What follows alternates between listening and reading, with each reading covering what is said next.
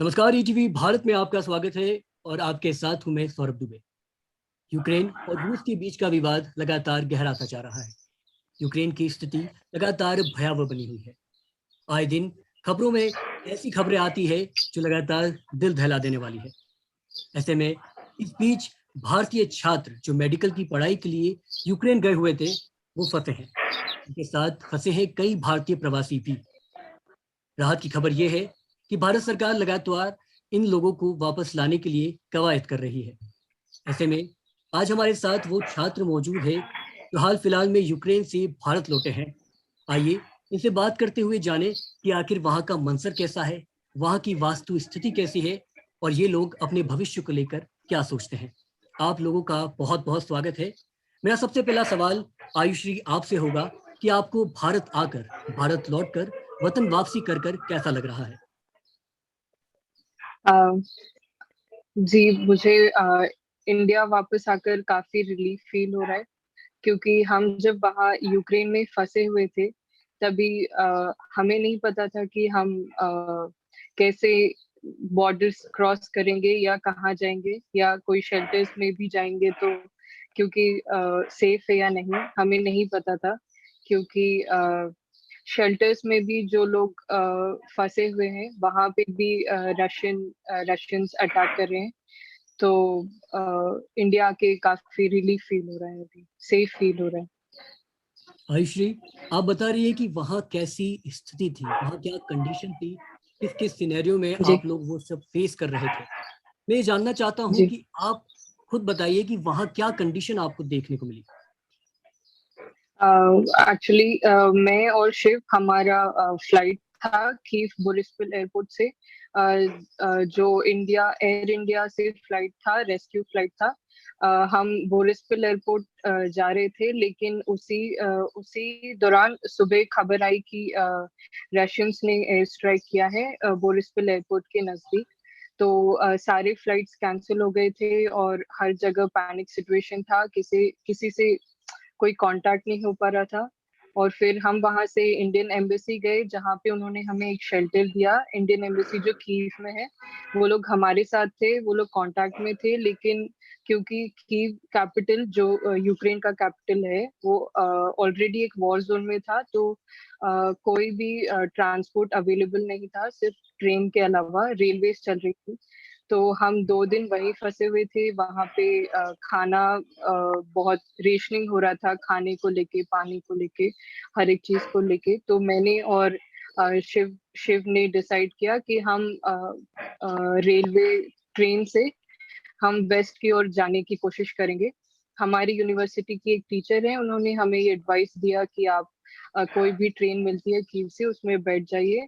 और लेकिन हमने सबको पूछने की कोशिश की, लेकिन सब यही बोले कि अगर आपको यहाँ से निकलना है तो आप अपनी खुद की रिस्क पर निकलेंगे, जी कोई जी रिस्पॉन्सिबल नहीं रहेगा। तो जी। जैसा कि शिव आयुषी ने बताया कि क्या क्या वहाँ आप लोग फेस कर रहे थे, ट्रेन से आपको जाना पड़ा, ये सारी परेशानी थी। ऐसे में मुख्य परेशानी ये भी हमको लगातार खबरों में मिल रही थी कि खाने पीने को लेकर, आर्थिक स्थिति को लेकर, जो आपकी फाइनेंशियल कंडीशन है, इसको लेकर लगातार सवाल उठ रहे थे कि आप लोग इस चीज से कैसे उभर कर सामने आ रहे हैं। तो आप बताइए शिव कि किस तरह की परेशानी खाने पीने को लेकर या आपकी फाइनेंशियल कंडीशन को लेकर थी। शिव। अ, हमारे पास पेरेंट्स ने कुछ रिसोर्सेज, मनी मनी भेजा था, ट्रांसफर किया था, बट एटीएम्स में ऑलरेडी बहुत लॉन्ग क्यूज थे, तो उस वजह से हम कैश भी विड्रॉ नहीं कर पा रहे थे। तो वो एक मेन प्रॉब्लम था। और बाकी हम लोग ने थोड़ा सुपरमार्केट्स जाके कुछ शॉपिंग कर लिया था अपने लिए, ताकि कुछ दिन हम उससे गुजारा कर लिए। और इंडियन एम्बेसी ने जितना हो सके उतना प्रोवाइड किया हमें, भले लिमिटेड था, but they tried their best. Rajul, मैं आपसे पूछना चाहता हूँ कि इंडियन एम्बेसी लगातार आप लोगों के संपर्क में थी, प्रयास कर रही थी आपको बाहर इवैक्यूएट करने का। क्या यूनिवर्सिटी और आपके कॉलेज द्वारा भी ऐसी कोई कवायद की जा रही थी, कोई प्रैक्टिस की जा रही थी ताकि आपको सेफली यूक्रेन से बाहर भारत भेजा जा सके वापस? राहुल, रजुल। सर, स्टार्टिंग में जब ये अटैक हुआ था, जब पहला अटैक हुआ था, तब सर हमारे पास किसी भी तरह की कोई डिटेल्स नहीं आ रही थी कि हमें कैसे क्या करना है। बस हमें इतना बताया गया था कि अटैक हुआ है और इस सिचुएशन में आपको सबसे पहले अपने पास जितना हो सके उतना खाना और जितना हो सके उतना कैश कलेक्ट करके रखें, ताकि आप इन केस अगर आगे कुछ नहीं भी हुआ तो हमारे पास कम से कम खाने के लिए। और यूनिवर्सिटी के अकॉर्डिंग के थ्रू हमारे पास उस समय कुछ भी रिगार्डिंग्स नहीं आ रहे थे। लेकिन उसके 2 दिन बाद जब हमें वहां से एम्बेसी के थ्रू ये आया कि हमें यहाँ से इवैक्यूएट होना है और हमें बॉर्डर्स तक पहुंचने हैं, फिर उसके बाद यूनिवर्सिटीज ने करीबन 1 या 2 बस अरेंज की थी, लेकिन वो सफिशिएंट नहीं थी सारे बच्चों के निकलने के लिए। तो यूनिवर्सिटी के साथ साथ कुछ स्टूडेंट्स थे, हमने मिलके कुछ बसेस अरेंज की, प्राइवेट बसेस, ताकि हम ज्यादा से ज्यादा स्टूडेंट्स को यहाँ से बॉर्डर की तरफ लेके जा सकें। क्योंकि लास्ट के जब अटैक के 2 दिन बाद जहां हम रहते हैं टर्नोपल सिटी में, वहां पे ऑलरेडी रेड अलर्ट घोषित कर दिया गया था कि वहां पे एयर स्ट्राइक्स हो सकती हैं। बट बहुत अच्छी बात है, वहां अभी तक कुछ नहीं हुआ और वहां सेफ थे। लेकिन डर बहुत था हमें, खास करके रात के टाइम पे, क्योंकि हर रात में 11 बजे के बाद वहां पे अलार्म सिग्नल्स बजते थे। फिर हमें वहां से भाग के बंकर्स में जाना पड़ता था। तो हम दोस्तों ने, कुछ फ्रेंड्स ने, सबने मिल के कुछ बसेस अरेंज किए और फिर हम वहां से रोमानिया बॉर्डर की तरफ हम लोग वहां पे प्रोसीड किया हमने। तो यूनिवर्सिटीज ने हेल्प की, लेकिन सर बहुत लास्ट में, एट लास्ट पॉइंट, और तब सिचुएशन बहुत हेक्टिक हो चुकी थी।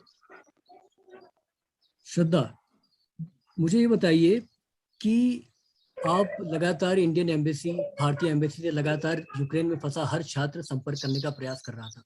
लगातार खबरें ये भी सामने आ रही थी कि कुछ इलाके ऐसे भी है यूक्रेन में जहां वो लगातार एम्बेसी से संपर्क करने का प्रयास तो कर रहे हैं, लेकिन उनकी तरफ से कोई जवाब नहीं आ रहा, कोई कॉल नहीं उठाया जा रहा, कई सारी ऐसी परेशानी थी। तो क्या जहां आप मौजूद थी श्रद्धा, वहां भी ये सब परेशानी आपको देखने को मिल रही थी? हम लोग जब जाने भी वाले थे, हम जा रहे थे पोलैंड बॉर्डर। हमें तब बताया गया था कि शेनी मेदिका इज द ओनली बॉर्डर जो पेडिस्ट्रियन थ्रू हम जा सकते हैं। एक था तब जब खारकोव वाला, वो सिर्फ उनके लिए था जो लोग जिनकी पर्सनल खुद की बस या अपनी खुद की बस भी क्या कार, खुद के व्हीकल्स हो, उनके लिए। हमने एम्बेसी, जब हम पोलैंड बॉर्डर तक हम पहुंचे, एम्बेसी का ना कॉल लग रहा है ना कुछ हमारी उनसे बात हो पा रही है। एम्बेसी से बस अचानक, पहले एम्बेसी ने बोला कि एडवाइजरी आई थी कि पोलैंड से भी आप क्रॉस कर सकते हैं। तो फिर बीच में ये बीच में वहां एडवाइजरी तो नहीं आई थी, पर लोगों से ये सुनने में आ रहा था कि पोलैंड से इंडियन स्टूडेंट्स का क्रॉस करना बंद हो चुका है अभी के लिए, थोड़ी देर के लिए। जी प्रिंस, आप ये बताइए, श्रद्धा ने बोला कि भारतीय छात्रों का पोलैंड से क्रॉस करना बंद कर चुका है। क्या आप लोगों के साथ और भी अन्य देश विदेश के छात्र मौजूद थे? और अगर वो मौजूद थे तो उनके एम्बेसी द्वारा, उनके देश की एम्बेसी द्वारा क्या काम किए जा रहे थे जो भारतीय एम्बेसी नहीं कर पा रही थी? या फिर क्या भारतीय एम्बेसी ऐसा कोई काम कर रही थी जिससे विदेशी जो छात्र थे वो उनको मदद मुहैया हो जाए? प्रिंस। फर्स्ट ऑफ ऑल, मैंने जो जो बॉर्डर मैं जहाँ से आया हूँ वो रोमानियन बॉर्डर था, मैंने क्रॉस किया था। तो वहाँ पे हमारे अलावा और भी नेशनलिटीज के स्टूडेंट थे, जैसे नाइजीरिया के, पोलैंड के और यूक्रेनियंस भी थे जो क्रॉस कर रहे थे बॉर्डर। तो मैक्सिमम जहाँ पे स्टूडेंट थे वो इंडियन थे, और जितनी ज्यादा मैं देख रहा था वहाँ पे जो मदद मिल रही थी वो इंडियन एम्बेसी से मिल रही थी। मुझे बाकी नेशनलिटीज के एम्बेसीज के वहाँ कोई भी नहीं दिख रहे थे। तो इंडियन इंडियन एम्बेसी ही उनको गाइड कर रही थी। वो प्रॉपर हेल्प नहीं कर पा रही थी, लेकिन गाइड कर रही थी कि आप ऐसे करो, ऐसे करो, यहाँ से निकलो, आप यहाँ से निकलो। तो हमारी एम्बेसी, इंडियन एम्बेसी हमारे लिए भी काम कर रही थी और साथ में साथ उनकी भी हेल्प कर रही थी। तो ऐसे में यशस्वी, ये बताइए कि आप जब भारत लौट रहे थे, ये सारी कार्यवाही एम्बेसी द्वारा, भारत सरकार द्वारा की जा रही थी, तो आपको उस वक्त किस किस परेशानियों का सामना करना पड़ा? ये सवाल इसलिए भी जरूरी है क्योंकि लगातार यहाँ खबरें ये भी आ रही थी कि कुछ छात्रों को कई किलोमीटर चल के बस तक जाना पड़ा, कई छात्रों को बॉर्डर तक जाना पड़ा, इसमें 8-9 किलोमीटर तक शामिल है। ऐसे में क्या ये कंडीशन, क्या ये स्थिति आपके सामने भी आई थी यशस्वी?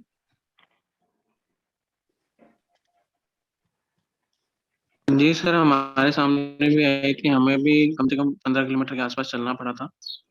बट क्योंकि वहां पे सर क्या है ना कि यूक्रेनियन लोकल्स भी क्रॉस कर रहे हैं, तो वो लोग अपनी गाड़ियां लगी हुई है, वो गाड़ियों की वजह से ट्रैफिक है। वो उन मतलब कोई जान के नहीं ऐसा कर रहा था, वो ट्रैफिक ही इतना लंबा, गाड़ियां हैं तो बस तो पार हो नहीं सकती ना, हम बॉर्डर तक जा सकते हैं, तो हमें चलना पड़ रहा था उतर के। तो सर अब निकलना है तो फिर हम ये सोच चुके थे कि अब हमें चलना तो पड़ेगा, तो इसलिए हम चल रहे थे आराम से। पर हाँ, काफी दिक्कत आ रही थी चलने में, क्योंकि बैग हमारे कंधे पे, और फिर वो बस वही एक दिक्कत हम लोग को लग रही थी। पर ठीक है, धीरे धीरे हम लोग वेट करके चले गए थे। बिल्कुल बिल्कुल यशस्वी, मैं देख सकता हूँ साफ तौर पे कि आप लोग भारत तो लौट चुके हैं, पर आपके चेहरे पे अभी भी वो खुशी नहीं है। क्या अभी भी आपके कई दोस्त यूक्रेन में फंसे हुए हैं? कोई अभी भी वहां परेशान है? आयुश्री? जी, मेरे काफी दोस्त हैं जो ओडेसा और खार्किव से हैं, जो एकदम रशियन बॉर्डर से लगकर हैं। तो वो लोग काफी दिन से ट्राई कर रहे थे कि वो लोग भी हमारी तरह निकले, ताकि वेस्ट बॉर्डर से वो लोग क्रॉस कर पाए।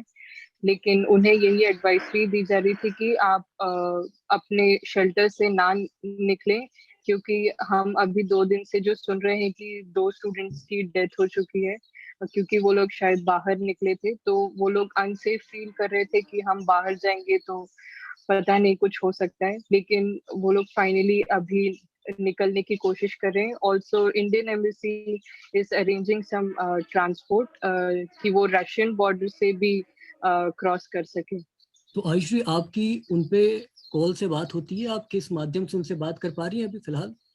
जी, मैं उनसे बात कर पा रही हूँ अभी।